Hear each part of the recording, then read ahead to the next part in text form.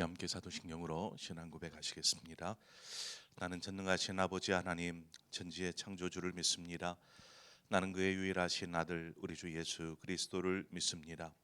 그는 성령으로 잉태되어 동정녀 마리아에게서 나시고 본디오 빌라도에게 고난을 받아 십자가에 못 박혀 죽으시고 장사된 지 사흘 만에 죽은 자 가운데서 다시 살아나셨으며 하늘에 오르시어 전능하신 아버지 하나님 우편에 앉아 계시다가 거기로부터 살아있는 자와 죽은 자를 심판하러 오십니다. 나는 성령을 믿으며 거룩한 공교회와 성도의 교제와 죄를 용서받는 것과 몸의 부활과 영생을 믿습니다. 아멘.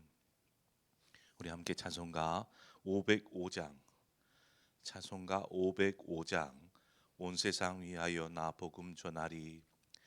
찬송가 505장 함께 찬송하도록 하겠습니다.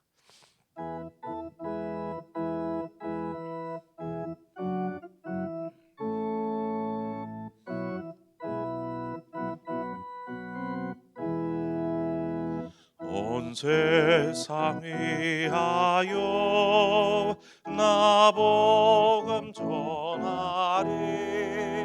만 백성 모두 나와서 주 말씀 들으라. 죄 중에 빠져서 헤매는 자들아, 주님의 음성 듣고서 너 구원 받으라. 점나고 기도해 매일 증인 되리라. 세상 모든 사람 다 듣고 그 사랑 알도록 온 세상 위하여 이 복음 전하리. 저 죄인 회개하고서 주 예수 믿으라. 이 세상 구하려 주 돌아가신 것 나 증거하지 않으며 그 사랑 모르리. 전하고 기도해 매일 증인 되리라. 세상 모든 사람 다 듣고 그 사랑 알도록 온 세상 위하여 주 은혜 임하니. 주 예수 이름 힘입어 이 복음 전하자. 먼 곳에 나가서 전하지 못해도 나 어느 곳에 있든지 늘 기도 힘쓰리. 전하고 기도해 매일 증인 되리라. 세상 모든 사람 나 듣고 그 사랑 알도록.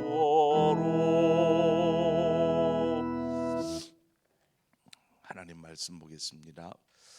시편 46편 8절에서 11절의 말씀입니다.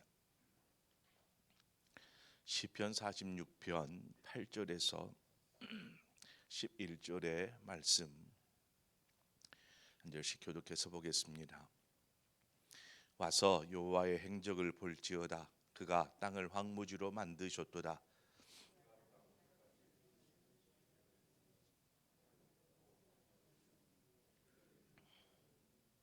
이르시기를 너희는 가만히 있어 내가 하나님 됨을 알지어다. 내가 문 나라 중에서 높임을 받으리라. 내가 세계 중에서 높임을 받으리라 하시도다.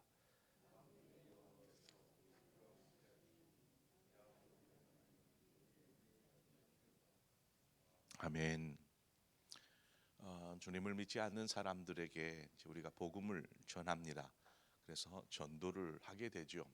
전도를 할 때 우리가 어떻게 합니까? 예수 믿지 않는 사람들은 복음에 대한, 성경에 대한 선지식이 없습니다.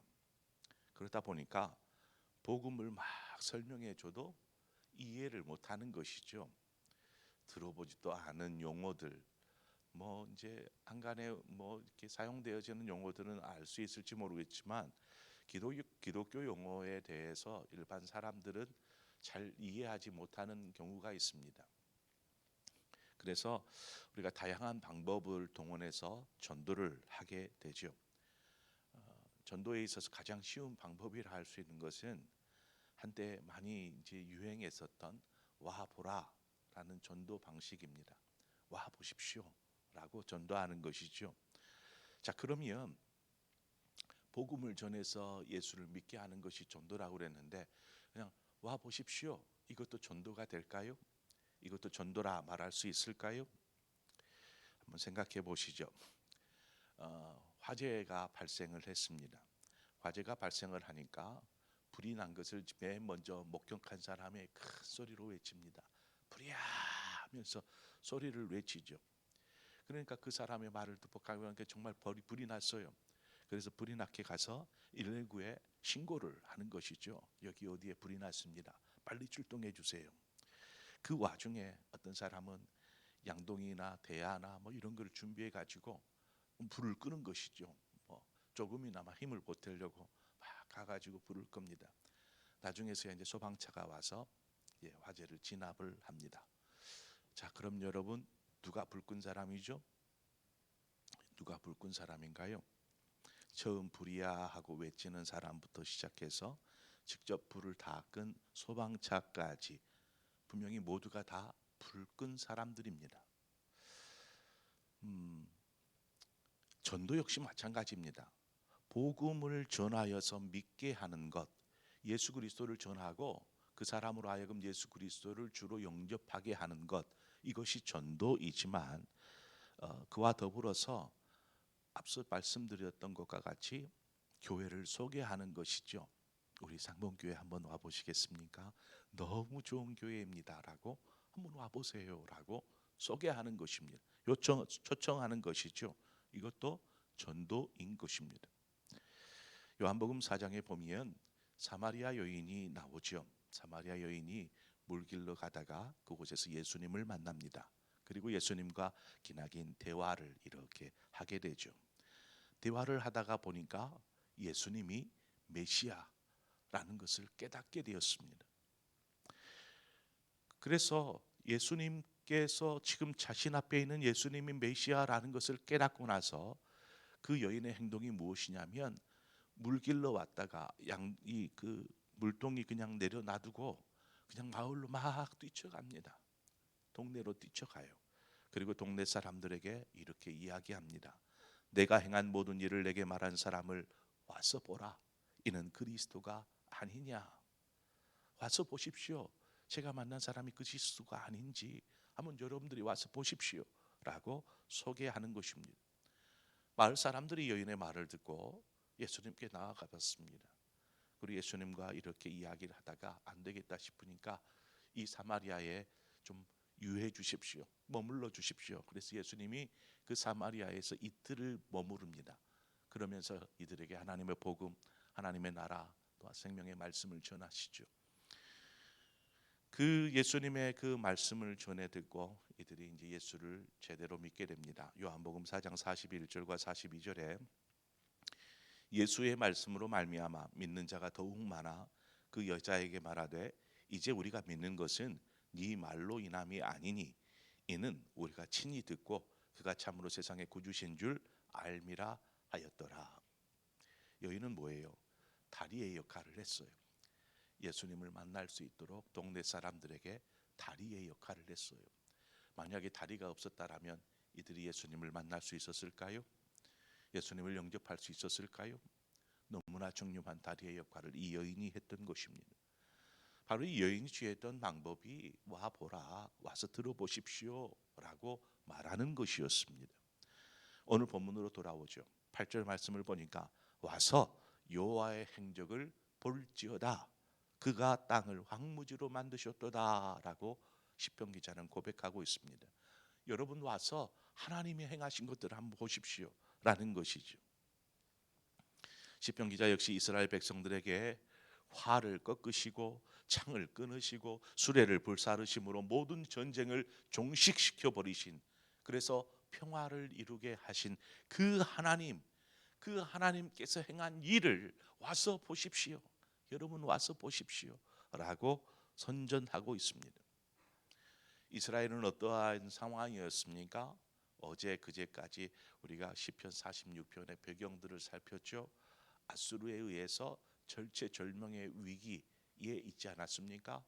다른 성들은 다 빼앗기고 이제 예루살렘 하나 남았고, 예루살렘도 포위되어서 이제 막 넘어뜨릴 수 있는 그러한 절체절명의 위기의 상황이었습니다. 그런데 그 상황을 하나님께서 하루 저녁 만에 역전시키셨습니다. 18만 5천 명. 그냥 아침에 일어나 보니 다 송장이 되어 있었던 것이죠. 자, 이러한 것들을 보면서 와서 보라. 이스라엘 백성들이여 와서 보라는 것입니다. 아수르에 멸망당하기 직전까지 갔다가 구원을 얻은 남유다의 사람들이 고백하기를, 아유, 큰일 날 뻔했다. 참 다행이다. 아이고, 그래도 유다 군대가 저력이 있나 봐라고 이야기하는 것이 아니라 하나님께서 이 모든 일을 하셨습니다. 하나님께서 우리를 구원하셨습니다라고 하나님의 그 행적을 전하는 것이죠. 베드로전서 2장 9절에 보면 오직 너는 택하신 족속이요 왕 같은 제사장이요 거룩한 나라요 그의 소유된 백성이니 이는 너희를 어두운 데서 불러내어 그의 기이한 밑에 들어가게 하신 이의 아름다운 덕을 선전하게 하려 하심이니라 말씀하고 있습니다. 무엇을 선전해요? 그의 아름다운 덕이에요. 그것이 무엇입니까? 어둠 가운데 있던 우리를 빛 가운데로 인도하고 죽었던 우리를 생명으로 인도하고 이 일을 우리로 하여금 전하게 하시는 것입니다. 우리를 부르신 이유입니다. 우리를 하나님의 자녀 삼으신 이유는 하나님께서 행하신 그 아름다운 덕을 선전하고 전하고 알리게 하기 위해서 우리를 부르신 것입니다. 우리는 하나님께서 우리의 삶을 통해서 행하신 일들을 보고 우리 역시 하나님을 잘 믿어야 합니다. 하나님이 행하셨습니다. 우리의 삶을 돌아보고 하나님께서 제 삶을 이렇게 인도해 주셨네요. 하나님이 하셨습니다 라고 고백하는 것이죠. 10절에 보니까 이르시기를 너희는 가만히 있어 내가 하나님 됨을 알지어다. 내가 문나라 중에서 높임을 받으리라. 내가 세계 중에서 높임을 받으리라 하시도다. 하나님께서 이스라엘 백성을 애굽에서 불러내시지 않았습니까? 모세를 통해서 애굽에서 불러내어서 곧장 가나안 땅으로 가게 않고 이 홍해길로 가게 합니다. 홍해길로 하나님께서 인도하세요. 그러다 보니까 홍해 앞에 딱 서게 되는 것이죠. 홍해 앞에. 그리고 그 가는 그 좌우에는 절벽으로 되어 있어요. 더 이상 피할 길이 없어요. 더 뒤에는 애굽 군대가 막 메뚜기 떼처럼 이 이스라엘 백성들을 추격하고 있는 상황이고, 앞은 홍해가 가로막고 있었고 양옆은 절벽이었고, 모두가 두려워 떨고 있는 그때에 모세가 백성들에게 뭐라고 하냐면 바로 이 본문의 말씀을 합니다. 출애굽기 14장 13절 14절에 모세가 백성에게 이르되 너희는 두려워하지 말고 가만히 서서 여호와께서 오늘 너희를 위하여 행하시는 구원을 보라. 너희가 오늘 본 애굽 사람을 영원히 다시 보지 아니하리라. 여호와께서 너희를 위하여 싸우시리니 너희는 가만히 있을지어다. 너무나 이 말을 모세로부터 전해 들었을 때 이스라엘 백성들이 그 말에 신뢰가 되었을까요?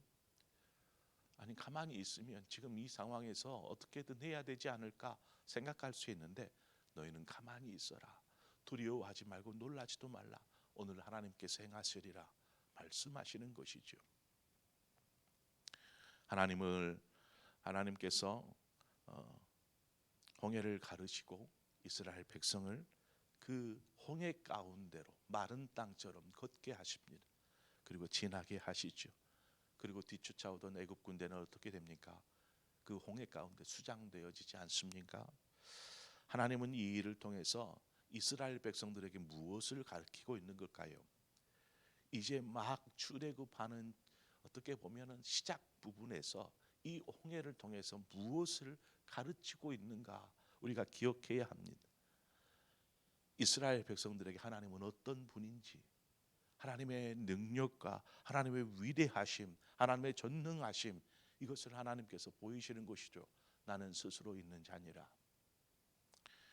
하나님은 우리의 찬송과 높임을 받으시기에 합당하신 분이십니다. 자, 그러면 하나님께서 우리의 삶에 어떠한 일을 행하셨는가, 우리가 그것을 좀 살펴보아야 합니다. 하나님, 제 삶에 하나님이 어떠한 일을 하셨지요? 그래야 은혜를 고백할 수 있고 하나님을 높일 수 있으며 하나님을 찬송하지 않겠습니까? 그래서 한번 묵상해 보십시오. 제 삶에 하나님이 어떻게 일하셨는지 이것을 묵상해 보시기 바랍니다. 하나님은 언제나 우리와 함께 하시며 또 환난 날에 피난처가 되어 주십니다. 하나님은 그러한 분이십니다.